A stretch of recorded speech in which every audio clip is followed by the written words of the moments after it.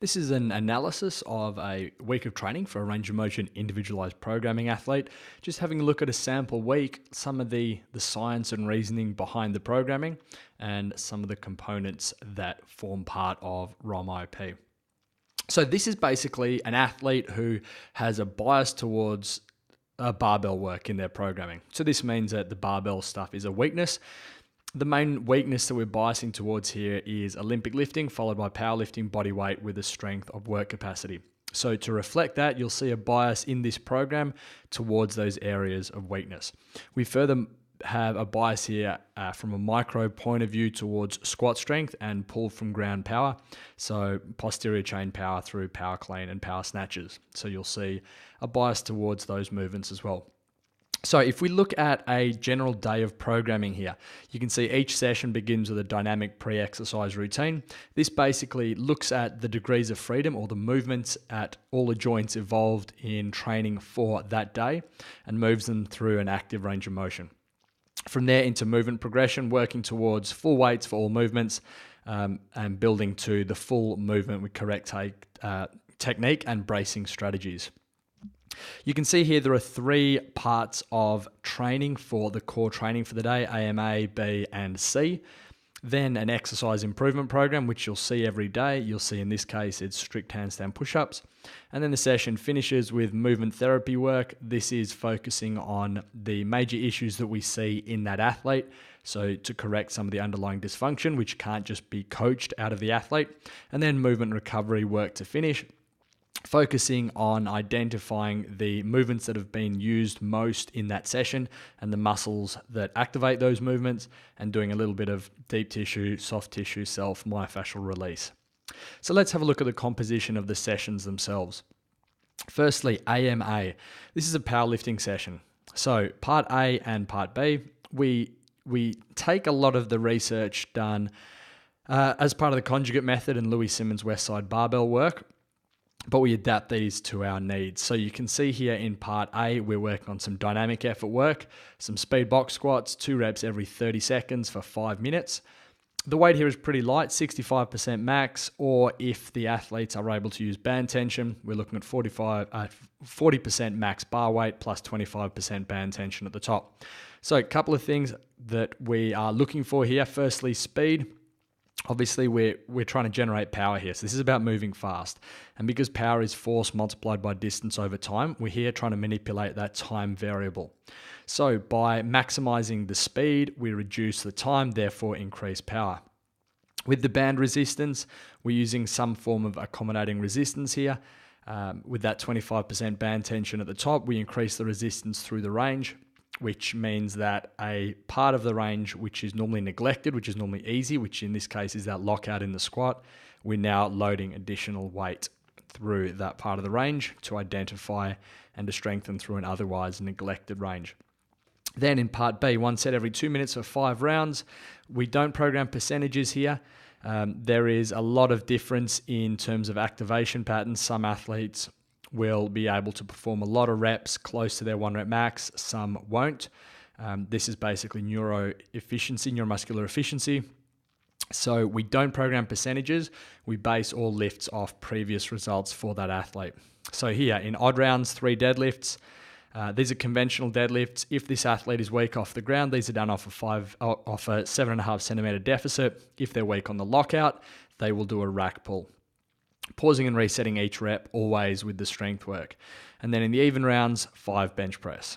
So on 0 minutes, 3 deads. On 2 minutes, 5 bench, alternating between the 2 for 5 total rounds. Before the final set, there is an extra minute break, and each set is for max reps. Now, if the athletes can do more than 3 deadlifts, more than 5 bench press, it means they've gone a little too light. Part B here, we're looking at a moderate barbell Metcon conditioning session, 2-to-1 work to rest ratio. So 1.5-minute work, 45-second rest, 3-minute work, 1.5-minute rest, 4.5-minute work, 2-minute 15 rest, etc. 10 bench press and 10 squat cleans, 60% max for both movements here. All of these sessions contain some element of blood shunting. So the bench press is very much an upper body pressing dominant movement. And then the full clean, there's obviously a posterior chain involvement with the pull from the ground. There's some form of upper body pulling. and then an anterior chain or squat based involvement passing through the squat. So this is relatively high cardiorespiratory load here. Because of that shunting of blood between the different muscle groups, they should be able to maintain a relatively high intensity. And then part C, a quick burner to finish, 21-15, 9 reps of thrusters at 40% max. Again, in this case, programming a percentage to get a desired result from that session. Ring rows and double arm rope whips.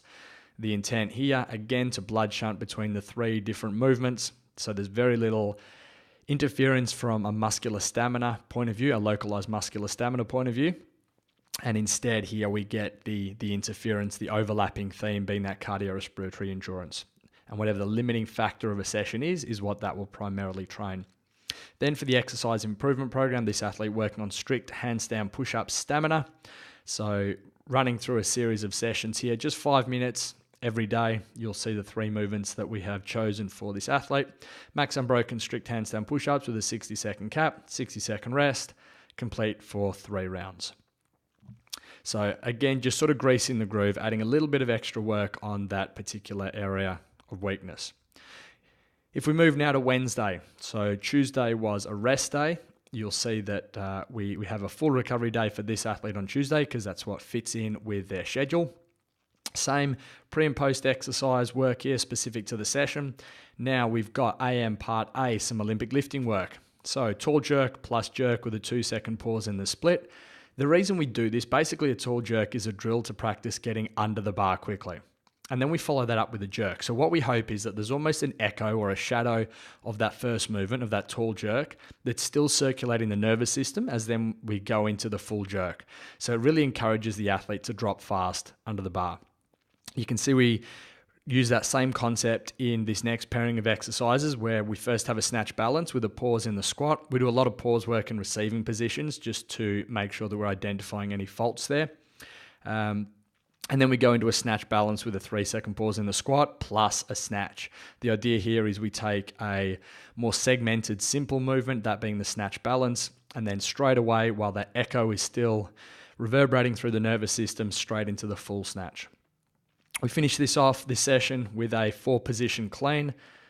Clean from power, from high hang, from top of knee, and then from the ground. So 3x1 at 60% of max clean.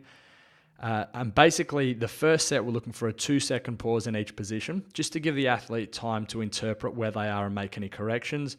The second set, a 1-second pause in each position, still time to make those corrections, but not as long. Third set, no pauses.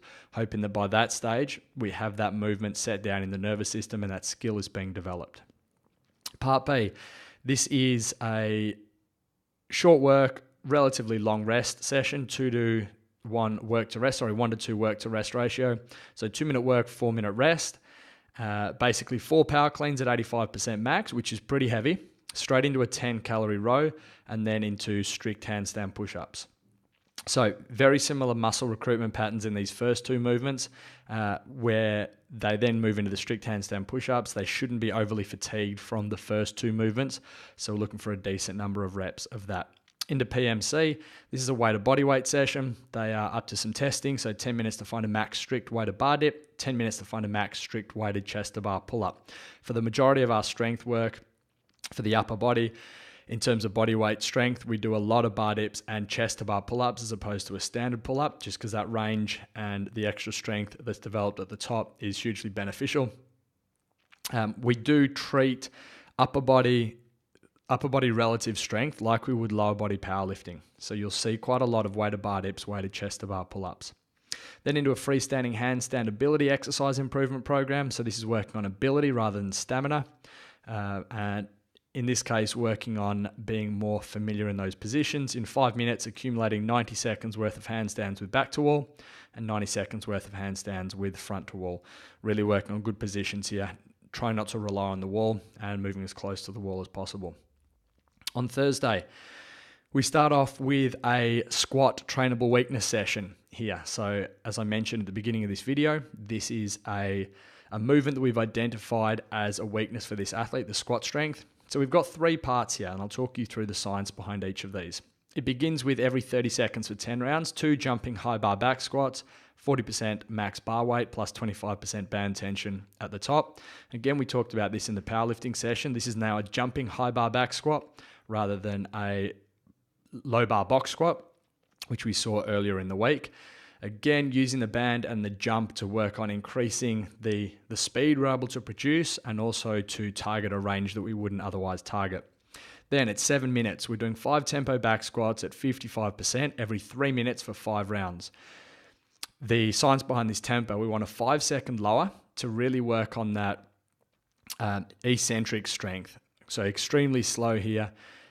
You basically get what's called a sarcomere popping theory, where those individual little fibers inside the muscles start to pull apart a little bit. They'll then regrow as you recover and join at longer muscle lengths, which will both increase strength, but also increase the range over which you can generate strength. Then a 3-second pause at the bottom. This is to get rid of the elastic energy. So your ability of the muscles to store energy, to store this elastic energy, it basically has a half-life of a second. So after a second, you lose half the stored energy. After another second, you're now down to 25%. And the research tells us that after a 3-second pause at the bottom of that squat, you have then dissipated all that elastic energy, meaning there's no bounce. It's a pure concentric contraction to stand it back up. So very fast recovery, single breath at the top and then straight back down. We get all our athletes to actually use a stopwatch or a timer in front of them to time these. So it is a legit 5-second lower, 3-second pause. And then to finish off, just to really finish it off, some elements here of drop sets or stripping of weight. Max unbroken back squats at 80%, max unbroken back squats at 60%, max unbroken back squats at 40%. There's a 1-minute cap for each weight. So pretty painful here. This is just more into some high rep, more hypertrophy based work, a little bit more time under tension. So we go from very squat dominant session now into AMB, which is more of a complete relative stamina type session.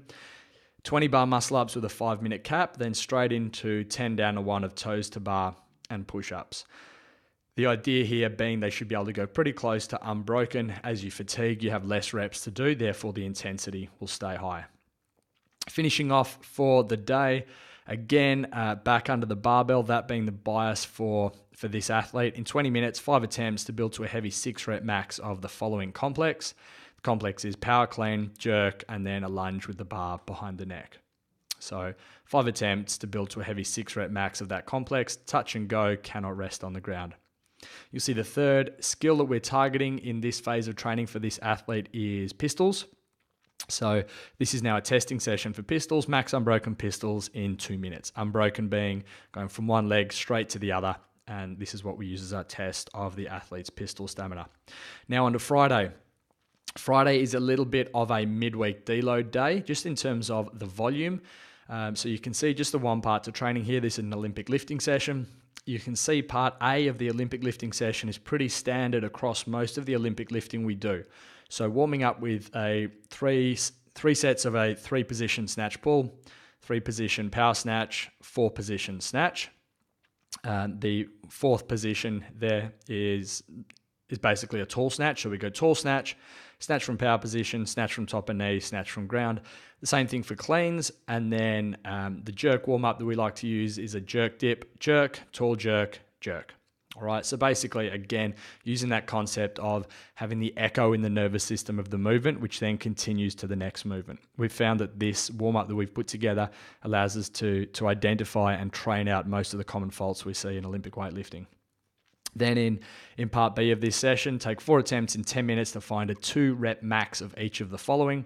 So we've got touch and go snatch, full squat snatch, touch and go power clean, and a jerk where we are going straight back into a dip from overhead, but it is still a split jerk. You can see then back to strict handstand push-ups as we did on the first day of this week. This is now 1 handstand push-up every 15 seconds for 5 minutes. So building some consistency and some pacing here.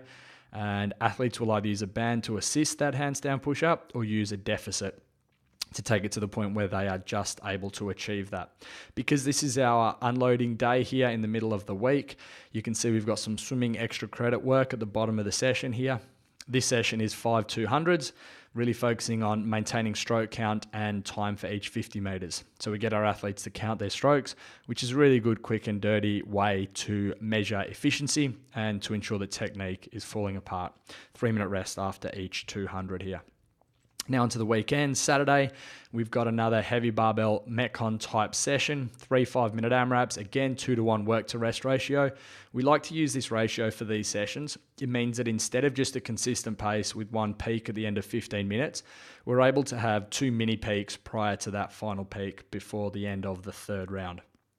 3 hang squat cleans, 70% max, 5 trap bar deadlifts at 75% max, and 5 bench press at 75% max.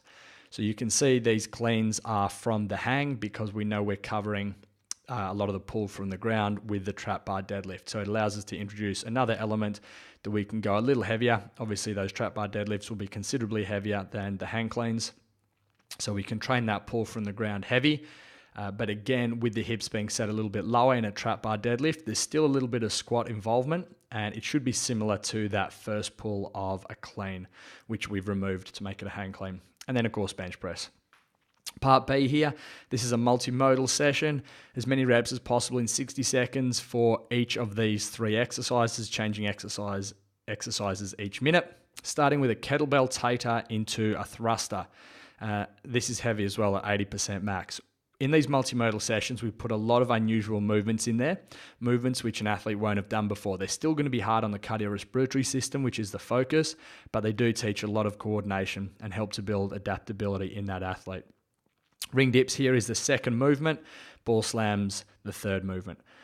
So you can see with this, there again is not much interference between these 3 movements. There's only one pressing movement, that being the ring dips. The ball slams we do onto a box, so there's not a big focus in picking the ball up off the ground. We're going from a 20 or a 24-inch box, which means that the focus is the slam. So that's more of a trunk flexion. And then the kettlebell tater is where we bring in a bit more posterior chain and a bit more of a pull-based movement. This is into a thruster, so again, it is a press, so there is a bit of overlap there with the ring dips, but the focus here is on that posterior chain. And because it's a single kettlebell, that thruster won't be a limiting factor. Part C here, so now this is back training in the afternoon. This is another powerlifting session. You'll recognize this format from what we've done earlier in the week. Now we're doing speed deadlifts. So again, that part A is the accommodating resistance dynamic effort work, speed deadlifts, and then into part B, 3 front squats, 4 strict press. Every powerlifting session that we do contains some element of pull from the ground. If it's the dynamic effort work, that will either be a jumping trap bar deadlift or a speed deadlift. If it's a squat in the dynamic effort work, it will be either a jumping high bar back squat or a box squat. If it's a press in the dynamic effort work, it will either be a speed bench press with bands, a speed strict press with bands. So then into part B, the squat will either be front squat, overhead squat, or back squat. The press will either be strict press, push press, or bench press. And the deadlift will either be a conventional deadlift, a sumo deadlift, a rack pull, or a deficit deadlift. And we basically cycle through those movements with a fair bit of variation. Then into the exercise improvement program, again, the freestanding handstand as we've done earlier in the week, in 5 minutes accumulating 90 seconds back to wall, 90 seconds front to wall. But this time in both versions, you're lightly tapping one foot on the wall to bring it out to the other foot to find a balanced position. So this is not a static hold against the wall, but more of a dynamic aiming to hold position and build awareness of positions here. We now go to the final day of training for the week here on the Sunday. Just 2 parts, AM and AMA and AMB, starting with the same Olympic lifting warm-up in part A here, and then 5x1 snatch, 5x1 clean, 5x1 jerk. Again, not at a predetermined percentage, but this is going to be based on what they've done for 5x2s, which they'll have in their training log from previous sessions. Again, they will first build up to working weights and then do these. We do not want any misses with this. We're training their ability to make lifts, not to miss lifts. Finally, for the week, part B here, AMB, as many rounds as possible in 13 minutes, 16 double arm dumbbell single alternating push press. So basically starting from the rack position, the right arm will press first as it's coming down, then the left will do the push press. at 40% max, 45 double unders, 15 ring rows. Again, a same balance of movements, trying to limit the overlap in the localized muscular stamina here. Finishing off with the EIP here for the week, as many unbroken sets of X pistols as possible in 5 minutes. So basically they will choose a number which they can move through pretty quickly, and then they will be very fast unbroken sets. So someone who's extremely good at these may choose sets of 20. Someone who is just getting pistols, they're just building their stamina, they may do sets of 2 or sets of 4. You can see we've also got here as an extra credit session down the bottom of the page, plyometric agility and sprint training, which we throw in every Sunday. So 3 sets of 6, single leg bounding for max distance, plenty of rest between each set. So really building some plyometric rebound ability, some explosiveness and some power here. And then a bit of agility work. So 3 sets of the 3-cone drill, alternating directions each side, which is just a great agility and change of direction drill. And then some sprint work, some straight line flat sprint work, 325s, 250s, and then a 100 meter sprint to finish. Plenty of rest, full recovery between each session here. Okay, I hope this has been of use to you guys. Hope this has been of interest. Having a look behind the curtain on some of the science and the motives behind our programming. If you've got any questions, you want to touch base on this, or you'd like to learn more, you can email me, Dan Williams. My email is dan@rangeofmotion.net.au.